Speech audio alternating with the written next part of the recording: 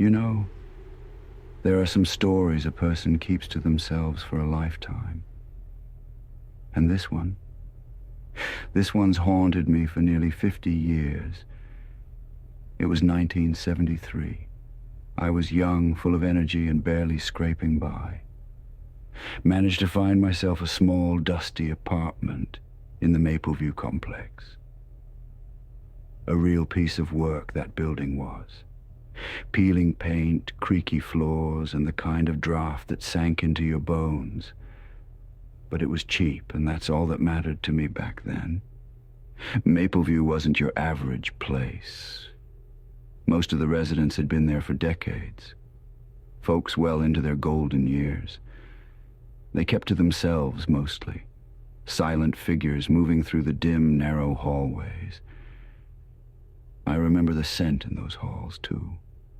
Like old books and something damp. Like mildew hidden in the walls. I don't think anyone ever noticed it much.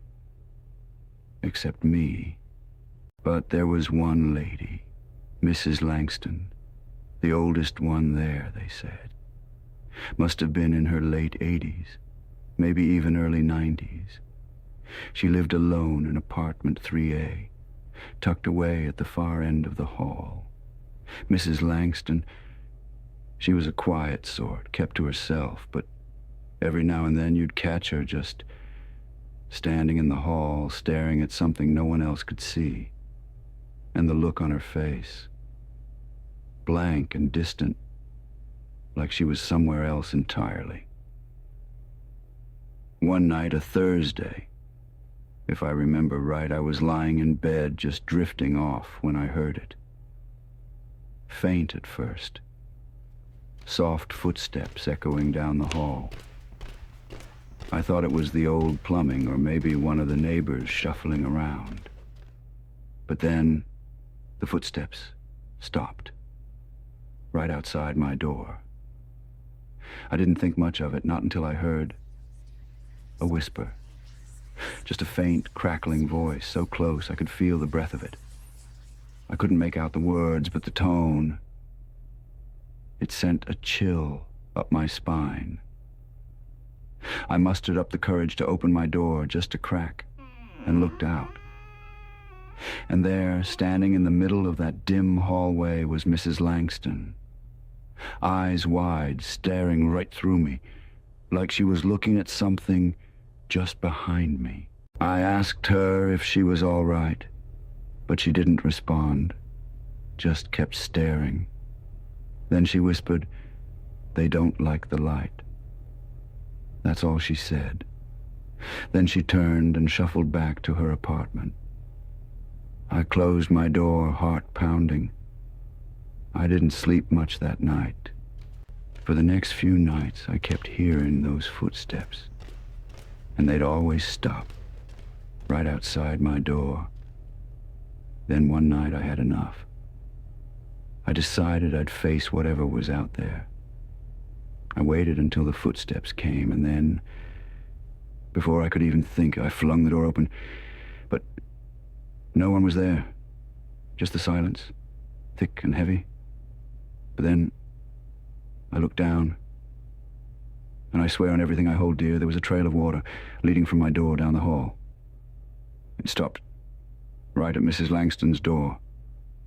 The next morning, I asked one of the other tenants about it. I didn't tell him what I saw, just asked him if anything strange had happened in the building. He looked at me with this sad, knowing look and said, "This place has its shadows, son. Best not to go looking for them." I kept my head down for a while after that, but every now and then I'd catch Mrs. Langston watching me with that same distant stare. She'd whisper things I couldn't make sense of. Phrases like, "They never left," or "They see everything." I tried to ignore it. Told myself she was just an old woman talking nonsense. But one night, everything changed. A terrible storm hit the town, and the power went whole building plunged into darkness. I lit a few candles, tried to calm myself, but then I heard it. That whisper, right there, behind me.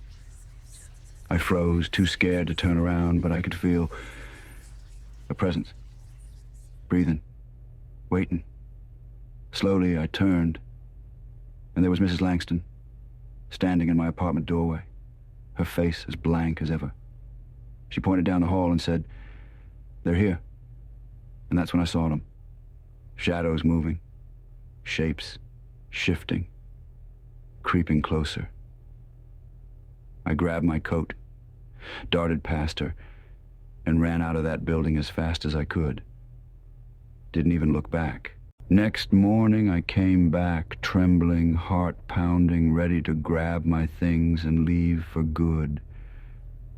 But when I got to my door, I found a group of tenants gathered around Mrs. Langston's apartment. She'd passed away that night, they said, peaceful in her sleep, they told me. But I knew better. I knew what I saw. I moved out that day, and I haven't been back since. But sometimes, when I'm alone in the dead of night, I still hear those footsteps, stopping just outside my door. If you enjoyed this story from my youth, don't forget to subscribe to the Shadow Recordings. There's more to share,